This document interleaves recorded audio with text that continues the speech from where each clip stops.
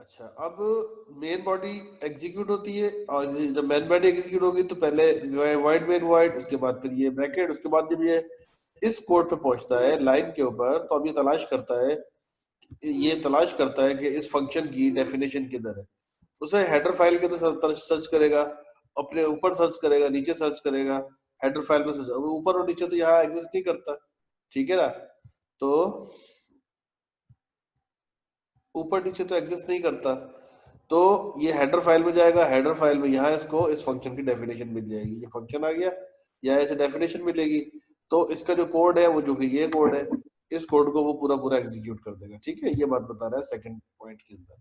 When a function is called inside the main by its name, it moves the function to function name and all codes, ठीक है बेटा। तो ये चीज है कि फंक्शन को उसके नाम से एक्सेस किया जाता है, ठीक है। और जब उससे कॉल किया जाता है तो उसका पूरा कोड जहां कहीं भी हो, चाहे वो हेडर फाइल के अंदर हो या चाहे वो मेन बॉडी के पास हो, वो उठ के जो है आपके एग्जीक्यूट होता है, और जब एग्जीक्यूशन के बाद खत्म हो जाता है वो, ठीक है, और मेन बॉडी चलती रहती है। User defined function. After completing the function code, the control moves back to the main function where the code after the call to the function is executed. जब ये फंक्शन की ये कॉल खत्म हो जाती है, this is called function call. Function call, इसका मतलब ये है कि इस फंक्शन में जो कुछ भी कोड है वो इस लोकेशन पे आके एग्जीक्यूट होगा, ठीक है। जब इस फंक्शन की कॉल खत्म हो जाती है तो कंट्रोल जो है वो इससे अगले स्टेटमेंट में चला जाता है।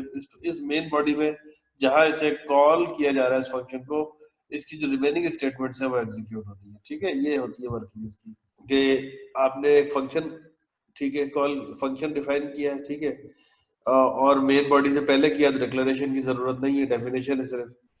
उसके बाद उसने इंट मेन और फंक्शन नेम कॉल किया। जब फंक्शन को कॉल किया तो ये पूरा का पूरा जो क्या कहते हैं कोड है वो एग्जीक्यूट हो गया था इस लोकेशन पे आके। जब ये एग्जीक्यूट हो चुकेगा, चाहे वो इसमें एक लाइन हो या 1000 लाइन हो, वो सारी एग्जीक्यूट हो जाएंगी, और कंट्रोल वापस जो है वो अगली स्टेटमेंट की तरफ आ जाएगा, ठीक है। जब ये फंक्शन खत्म हो जाएगा तो कंट्रोल फिर यहाँ चला जाएगा। यहाँ इस स्टेज के ऊपर आपको जो चीज समझनी है वो ये कि वॉइड का मतलब क्या होता है, ठीक है। वॉइड का मतलब, वॉइड दो जगह यूज हो सकता है, या तो फंक्शन के नाम के लेफ्ट साइड पर, ये फंक्शन का नाम है, और ये एक पैरेंथेसिस के अंदर, इनसाइड जो पैरेंथेसिस होता है वॉइड, इनसाइड जो पैरेंथेसिस होता है वॉइड, इसका मतलब ये होता है कि ये फंक्शन कहीं से भी कोई भी इनपुट नहीं लेगा, ठीक है। ये फंक्शन कहीं से भी कोई भी इनपुट नहीं लेगा। दूसरे लफ्जों में ये फंक्शन कॉलिंग बॉडी से कोई इनपुट नहीं लेगा। ये फंक्शन कॉलिंग बॉडी से कोई इनपुट नहीं लेगा। और जो बाहर जो वॉइड होता है, इस वॉइड का मतलब ये होता है कि ये फंक्शन कोई वैल्यू कॉलिंग बॉडी को रिटर्न नहीं करेगा। देखिए अब दो चीजें हो गई ना, कि एक वो फंक्शन जो फंक्शन कॉल कर रहा है, और दूसरा वो जो फंक्शन कॉल हो रहा है। एक फंक्शन वो जो कॉल कर रहा है और एक फंक्शन वो जो कॉल हो रहा है, ठीक है। तो जो कॉल कर रहा है बाज औकात वो कॉलिंग बॉडी को, जो कॉल कर रहा है वो बाज औकात कॉलिंग बॉडी से कोई वैल्यू नहीं लेता, तो ऐसे फंक्शन वॉइड फंक्शन कहलाते हैं। क्या कहलाते हैं? वॉइड फंक्शन कहलाते हैं। जैसे फॉर एग्जांपल, अगर मैं ये कहता हूँ कि दो नंबरों को ऐड करने वाला प्रोग्राम बनाया, अब इसी से आपको आगे कॉन्सेप्ट क्लियर होगा। अगर मैं कहता हूँ कि दो नंबरों को ऐड करने वाला प्रोग्राम बनाए यूजिंग फंक्शंस, तो वो हम किस तरह बनाएंगे, ठीक है। वो इस तरह बनाएंगे भाई कि हम एक फंक्शन एक डिफाइन करते हैं कि वॉइड ऐड वॉइड, हम ऐसा फंक्शन ऐड डिफाइन करने जा रहे हैं जो मेन बॉडी से कुछ भी नहीं लेगा, ठीक है। वॉइड मेन वॉइड, इसका भी ये मतलब होता है वॉइड मेन वॉइड का, कि मेन एक ऐसा फंक्शन होता है जो किसी बॉडी से कुछ नहीं लेता, कुछ किसी को कुछ रिटर्न नहीं करता, ठीक है। वाइड मेन वाइड, ठीक है। अब यहाँ मैं जब ऐसे, ये आ गया आपका ऐड फंक्शन कॉल कर लिया मैंने, ठीक है। अब यहाँ पर इसकी डेफिनेशन लिखेंगे, वाइड ऐड वाइड और दो नंबरों को ऐड करना है, तो इंट ए बी डिक्लेयर करें उनको। अब यहाँ पर इसकी डेफिनेशन लिखेंगे, void add void, और दो नंबरों को ऐड करना है, तो इंट ए बी डिक्लेयर करें उनको। ठीक है जी, यानी कि अपनी इनपुट ये खुद लेगा। ठीक है, और यूजर से मैसेज करेंगे सी आउट एंटर फर्स्ट नंबर, या इस तरह करने चले, मैं जिस तरह मैं क्लास में कराता हूँ कि आप इनपुट ले ले, ए और बी की इनपुट आप लोग खुद ले लीजिएगा। ठीक है, और सी आउट, अभी आपके आउटपुट भी खुद जनरेट करेगा, ए प्लस बी, अल्लाह खैर सल्ला। ये आपका फंक्शन के जरिए आपने दो नंबरों को ऐड कर दिया। ठीक है, और कौन से फंक्शन के जरिए, कि जो ना कोई वैल्यू ले रहा है और ना कोई वैल्यू दे रहा है मेन बॉडी से। देखिए आप ये देखें, मेन बॉडी का कोड कितना छोटा रह गया। सही है, मेन बॉडी का कोड आपका देखिए कितना छोटा रह गया। इसमें सिर्फ एक स्टेटमेंट है और वो है ऐड स्टेटमेंट। ठीक है, ये फंक्शन कॉल है। जब इस फंक्शन को कॉल किया जाएगा तो ये इधर पहुंचेगा, अपनी वेरिएबल भी खुद जनरेट करेगा, अपने वेरिएबल भी खुद डिक्लेयर करेगा, उसमें इनपुट भी खुद लेगा और इसकी आउटपुट भी खुद ही जनरेट कर देगा। ठीक है, तो ये फंक्शन कहलाते हैं वॉइड फंक्शंस। वॉइड फंक्शन यानी कि ना कोई वैल्यू ले रहे होते हैं मेन बॉडी से, ना कोई वैल्यू दे रहे होते हैं। अच्छा डियर स्टूडेंट, हमने आपको बताया था, आप जो टॉपिक पढ़ रहे हैं वो ये पढ़ रहे हैं कि कस्टम फंक्शन किस तरह डिजाइन किए जाते हैं। एज अ सॉफ्टवेयर डेवलपर आप कस्टम फंक्शन किस तरह डिजाइन करेंगे। ठीक है, तो ये आपके पास चार तरीके होते हैं जिस तरीके से आप जो है वो क्या कहते हैं अपने कस्टम फंक्शन डिफाइन कर सकते हैं। टास्क बहुत सिंपल हमने लिया है। वो सिंपल टास्क ये है कि टास्क हमने बहुत सिंपल लिया है और वो सिंपल टास्क ये है कि दो नंबरों को ऐड करना है। ठीक है, उसको मैं चार मुख्तलिफ तरीके से फंक्शन डिजाइन करके आपको दिखाता हूँ। पहला फंक्शन हमने वो डिफाइन किया था, ये void, पहला फंक्शन हमने वो डिफाइन किया था void add void। इसका मतलब ये था, ये ऐड ऐसा फंक्शन है, पहला जो टाइप थी वो ये थी, ऐड फंक्शन हम डिजाइन कर रहे हैं और वो ऐड फंक्शन जो कॉलिंग बॉडी से कोई इनपुट ना ले रहा है ना इनपुट दे रहा है। अंदर वाले void का जो मतलब है, इसका मतलब ये है कि ये कॉलिंग बॉडी से जो फंक्शन उसे कॉल करेगा उस फंक्शन से कोई आर्ग्यूमेंट नहीं लेगा, कोई वैल्यू नहीं लेगा।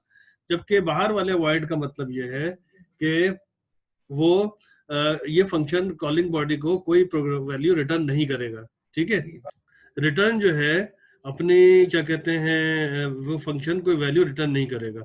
ठीक है, दोबारा सुन लीजिए कि void add void, ऐड एक फंक्शन है, उस ऐड फंक्शन को जब कॉल किया जाएगा तो कॉलिंग बॉडी से वो फंक्शन कोई वैल्यू नहीं लेगा।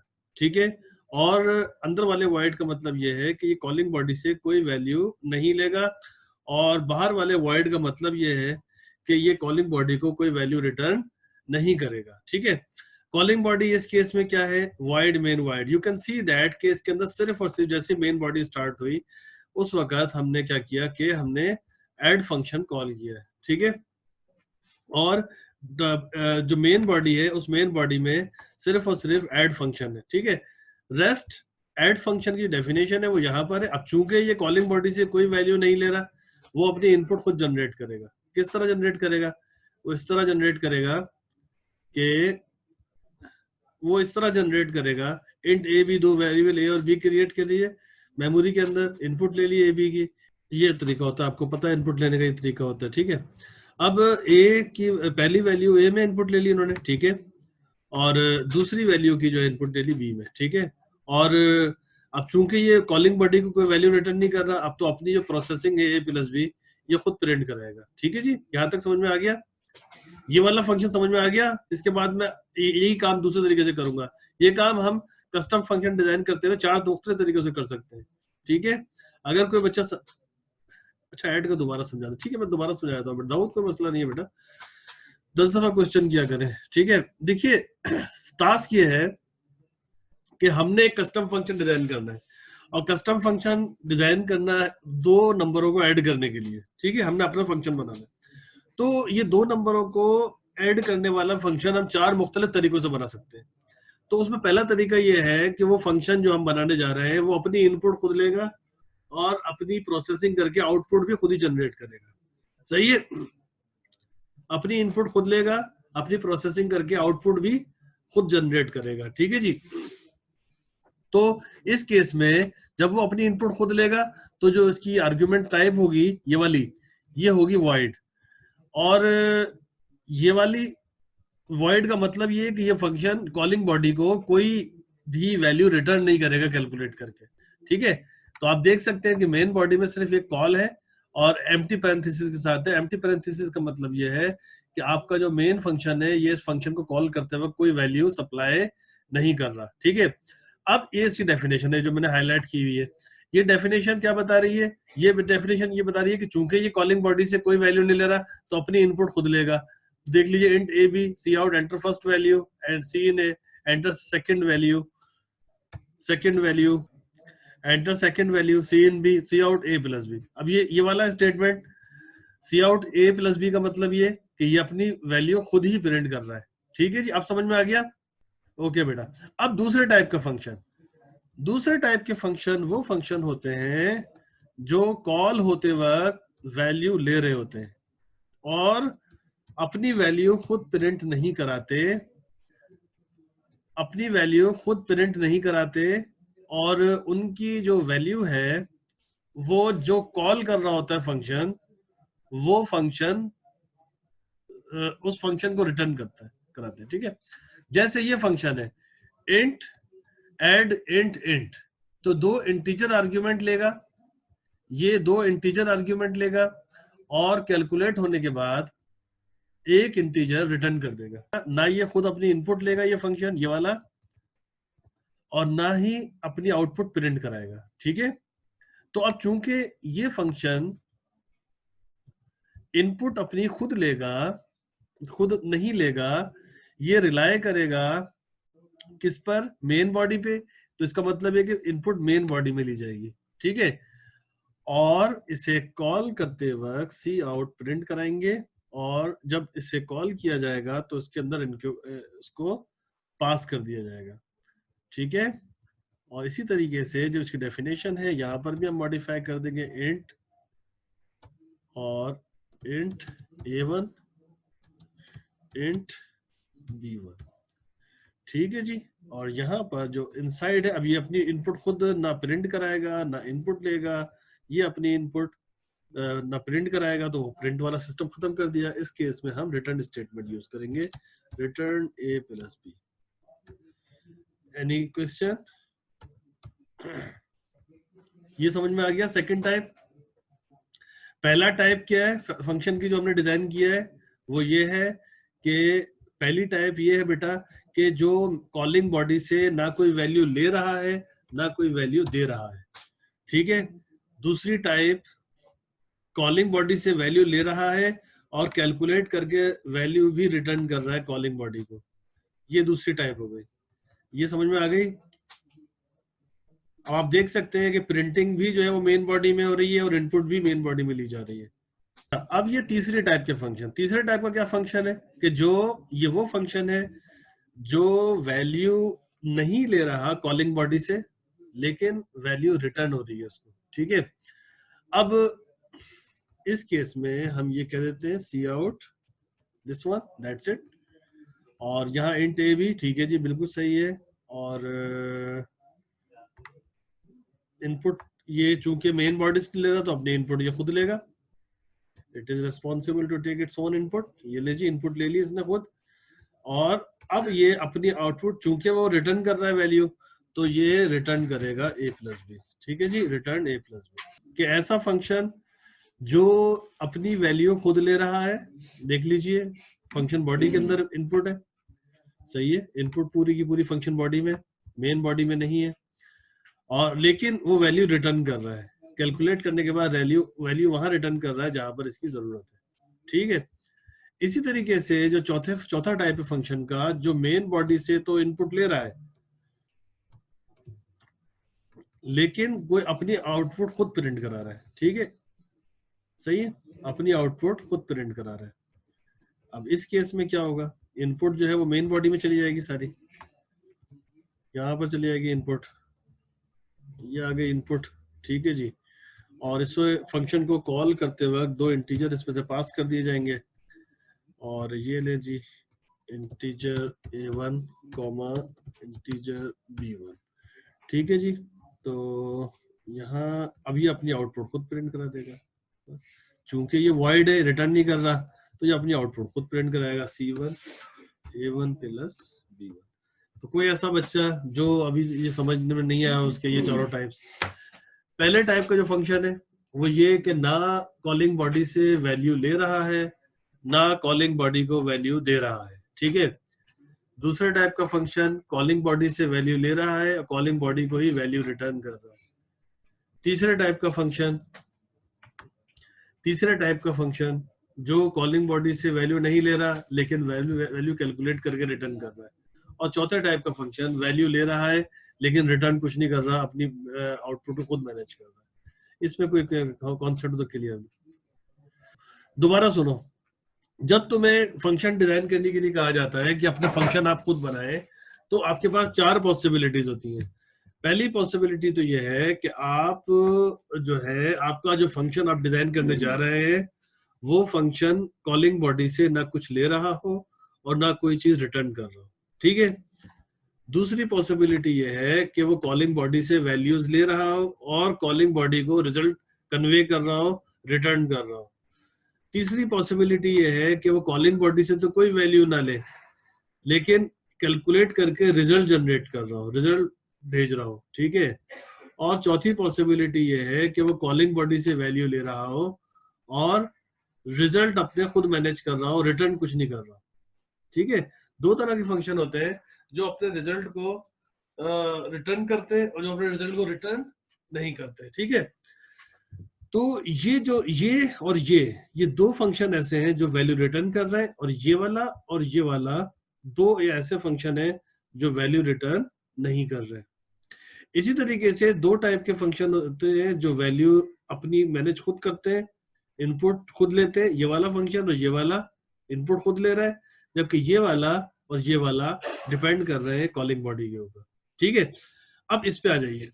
अब ये एड वॉइड हमें ये बता रहा है कि एड एक ऐसा फंक्शन है जो कॉलिंग बॉडी से कोई भी इनपुट नहीं लेगा, सही है, और कैलकुलेशन के बाद रिजल्ट कॉलिंग बॉडी को जनरेट नहीं करेगा, रिटर्न नहीं करेगा, ठीक है। तो इन केसेस में अब देखें, इनपुट ये अपनी खुद ले रहा है और आउटपुट भी ये खुद ही दे रहा है, ठीक है। अब यहाँ पे ये वाला फंक्शन हमें बता रहा है कि ये कॉलिंग बॉडी से दो इंटीजर लेगा, लेगा और कॉलिंग बॉडी को कैलकुलेट करके एक इंटीजर रिटर्न करेगा। तो यू कैन सी दैट आपका जो मेन बॉडी में इनपुट ली गई, जब इसे कॉल किया गया तो दो इंटीजर पास किए गए, ए और बी इंटीजर्स है, और वो ए की वैल्यू a1 में कॉपी हुई, बी की वैल्यू b1 में कॉपी हुई। तो जब a1 और b1 ऐड होंगे, इनकी वैल्यू जो भी होगी वो रिटर्न हो जाएगी इस लोकेशन पे। तो सी आउट, अगर ए में फर्ज कीजिए हम 3 देते हैं और बी में 4 देते हैं, तो सी आउट जो है वो 7 आपके पास प्रिंट हो जाएगा। ये समझ में आ गया? हाँ सर, मैं पूछना ये चाह रहा था कि हमने तो A1 और B1 को पहले मतलब कहीं भी ना उसका जिक्र किया ना हमें बताया, और आखिर में हम कह रहे हैं रिटर्न A1 प्लस B1। किधर? यस सर, इधर ही बिल्कुल सेकंड में।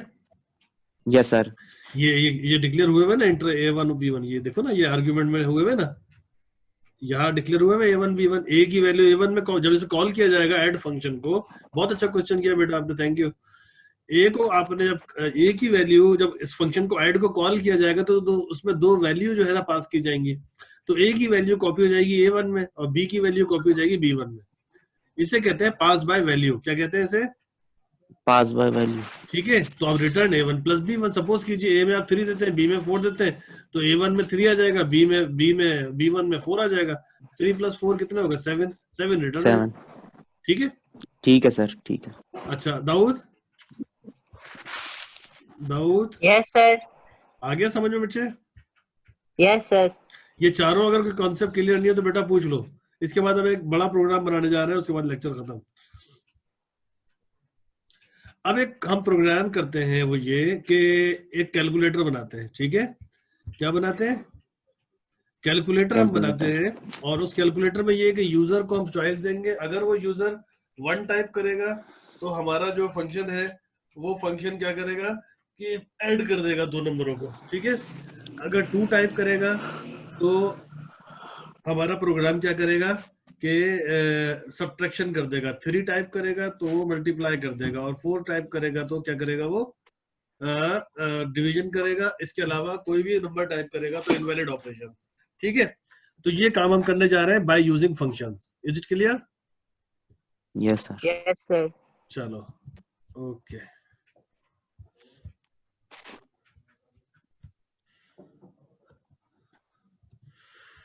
ये हमने फिलहाल कोड कॉपी कर लिया है।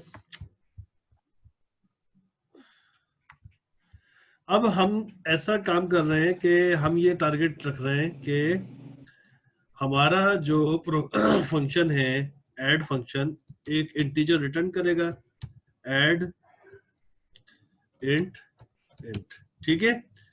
ये फंक्शन होगा। एक फंक्शन ये होगा हमारे पास, इंट सब इंट इंट, ठीक है जी?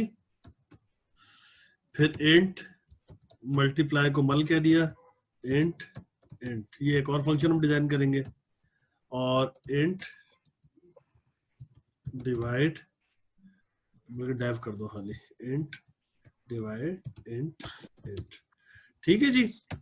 ओके, अब ये मेन बॉडी में होगा सारा काम। अब देखें, ये चारों ऐसे फंक्शन हैं जो कॉलिंग बॉडी पे डिपेंड कर रहे हैं इनपुट के लिए, ठीक है? तो कॉलिंग बॉडी के अंदर इनपुट ले लीजिए, इंट ए और बी, 2 नंबर ले लिए ए और बी, और हमने इससे वैल्यू ली, यूजर से ली फर्स्ट वैल्यू और यूजर से ली सेकंड वैल्यू, ये आ गई, ठीक है जी? अब क्या करेंगे? अब हम स्विच केस लगाते हैं। क्या लगाते हैं? स्विच केस लगाते हैं। तो मैच कर लेते हैं, 1 for plus, 2 for minus, 3 for multiply and 4 for division, ठीक है? 4 for डिवीजन। अब इसके अगेंस्ट यूजर कोई भी नंबर देगा तो आप इसको सी में इनपुट ले लीजिएगा, ठीक है? अब यहां पर हम करेंगे स्विच सी, स्विच, अगला स्टेप ये स्विच सी। अच्छा, अब केस 1 कॉल करें, किसको? ऐड फंक्शन को कॉल करें, और केस 1 इसको एक और वेरिएबल लेते हैं हम, डी, ठीक है?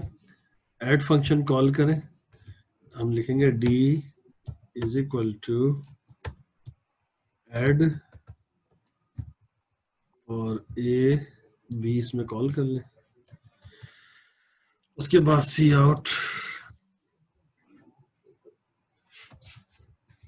एडिशन इज, अच्छा जी। अब केस 2 केस क्या है? सब subtraction is this one, and is D, ठीक है जी? ये हो गया। उसके बाद केस 3 मल और मल्टीप्लिकेशन इज D, और फाइनली 4 क्या है आपका? केस 4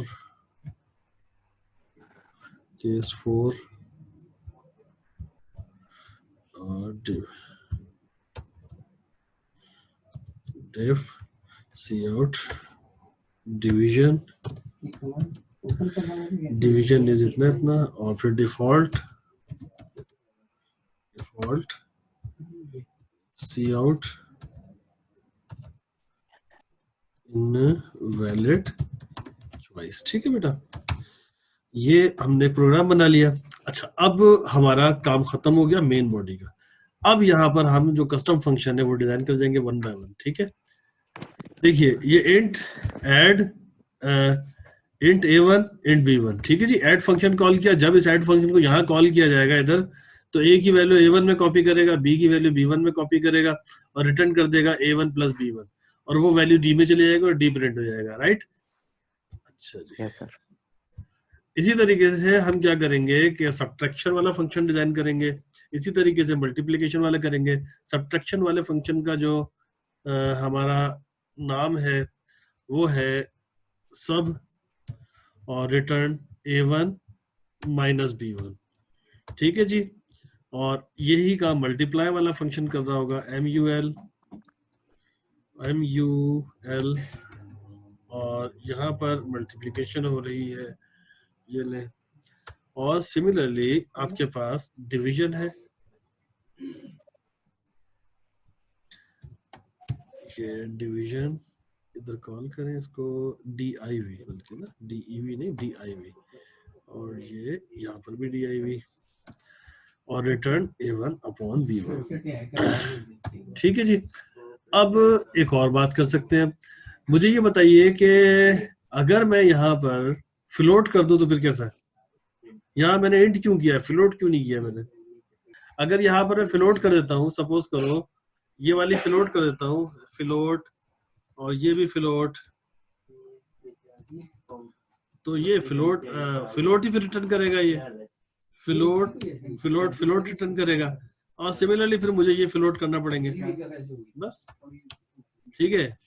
और ये भी यहाँ पर भी फिर फ्लोट करना पड़ेगा आपको, ठीक है। आप फ्लोट करेंगे तो फ्लोट वैल्यू को अकोमोडेट करेगा, इंट करेंगे तो इंट वैल्यू को अकोमोडेट करेगा, ठीक है।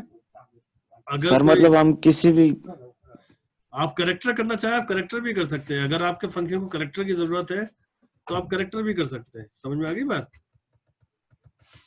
ठीक सर, मतलब हम अपना फंक्शन किसी भी कैरेक्टर डेटा टाइप में एंटर कर सकते हैं। इट इज नॉट नेसेसरी कि हमेशा इंट हो।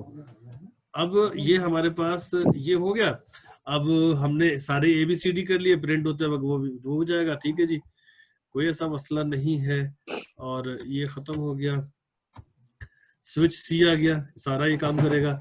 यहाँ पर अब क्या होगा, यहाँ पर भी जो इसके सिग्नेचर है वो यहाँ पर भी होने चाहिए, फ्लोट, ये भी फ्लोट हो जाएगा, ठीक है। ये समझ में आ गया? अगर कोई क्वेश्चन हो आज के लेक्चर से रिलेटेड, कोई भी क्वेश्चन हो तो you are more than welcome to ask any question. कल मैं ये वाला प्रोग्राम दोबारा रिपीट कराऊंगा और कल कुछ और प्रोग्राम कराऊंगा आप लोगों को, ठीक है, ताकि आपका कॉन्सेप्ट क्लियर हो जाए इसका। कोई क्वेश्चन हो? ये स्लाइड सर, हाँ, ये हम ये काम बहुत आसानी से कर सकते हैं, मतलब सी आउट की मदद से, तो हम फंक्शन की जरूरत क्यों पड़ती है सर? बेटा बाजों का सिचुएशन ये होती है, पहली बात तो ये फंक्शन मॉड्यूलरिटी लेके आता है आपके प्रोग्राम में ना। आप देखिए आपका प्रोग्राम कम्प्लेक्स नहीं होगा इससे। आप ये देख सकते हैं कि ये चार जो डिफरेंट फंक्शंस हैं, ये चार आउटसाइड द मेन बॉडी लाई कर रहे हैं। आपका जो मेन प्रोग्राम है उस पर डिपेंड नहीं कर रहा है कोड, ठीक है। अब ये तो एक लाइन ऑफ कोड है, अगर सपोज कीजिए कि कोई आप ऐसा काम कर रहे हैं जो इंडिपेंडेंट हो सकता है, सेपरेट हो सकता है, और उसमें 1000 लाइनें हैं, तो फंक्शन बनाने से फायदा ये होगा कि 1000 लाइनें मेन बॉडी से सेपरेट हो जाएंगी। जब उनकी जरूरत पड़ेगी उस वक्त कॉल किया जाएगा उनको, जब जरूरत नहीं पड़ेगी उस वक्त उसको वो नहीं आएंगी मेमोरी में। सर मतलब कि फिर हम इतना लाइनें की जगह एक लफ्ज लिख देंगे और वो फंक्शन के लिए इस्तेमाल हो एग्जैक्टली, जाएगा। वो कॉल कर लेगा उसको। ठीक भाई इसकी एग्जांपल ऐसे है ना कि आप अपने कोर्स की सारी किताबें जनाब बाइंड करा दें एक साथ, सही है। अब यस सर, आपका पीरियड हो ना हो, आपको पूरी की पूरी बाइंडिंग लेके आना पड़ेगी, ये तो है सर। सही है। अब अगर फर्ज कीजिए कि सारी सेपरेट फाइलें, सेपरेट बुक्स आपके पास मौजूद है, तो आप जिस सब्जेक्ट का पीरियड है आप वही बुक लेके आएंगे। यस सर, ठीक हो हैवी कंपाइलेशन खत्म हो गई ना। अब सारा कोड मेन बॉडी में डाल दोगे तो उसकी कंपाइलेशन बहुत हैवी हो जाती है, सही है। सही है सर, सही। और अगर इनको सेपरेट रखोगे तो जब उसकी जरूरत पड़ेगी वो उस कोड को कॉल करेगा, एग्जीक्यूट करेगा और रैम से फारिग कर देगा उसको, तो आपकी मेमोरी पे लोड कम पड़ेगा। इससे मॉड्यूलरिटी का ये फायदा होता है। मैं ये पूछ रहा हूँ सर कि हम ये सेव कर सकते हैं, मतलब एक ही प्रोग्राम के अलावा भी हम यूज करना चाहें? हाँ जी, इसको सेव करके? हाँ जी कर सकते हैं ना आप। वो मैं शुरू के लेक्चर्स में नहीं बताया मैंने कि आप अपने जो है वो, हाँ अब ये मैंने आपको बताया ना, हेडर फाइलें बना ले, हेडर फाइलों को लोड कर ले, आप जिस प्रोग्राम के साथ लोड करेंगे वहां काम करना शुरू कर देंगे ये। सही है सर। ठीक है ना, ये फायदा होता है ना इन फंक्शन को सेपरेट करने का। ठीक ठीक ठीक ठीक है, बहुत शुक्रिया। मेन बॉडी में लिखेंगे तो इसका कोई फायदा नहीं है, मेन बॉडी में तो उसी प्रोग्राम के लिए होगा। अब हम जब बाहर आउटसाइड द मेन बॉडी लिखते हैं तो मेन बॉडी तो अपनी रन होगी, जब उसे जरूरत पड़ेगी वो कॉल करेगी। अब उसी फाइल के एंड में हो गया या फंक्शन, या हेडर फाइल में पड़ा हुआ, जहां पर जरूरत होगा वहां से कॉल करके उसकी कोड को एग्जीक्यूट करा देगी वो। ठीक है।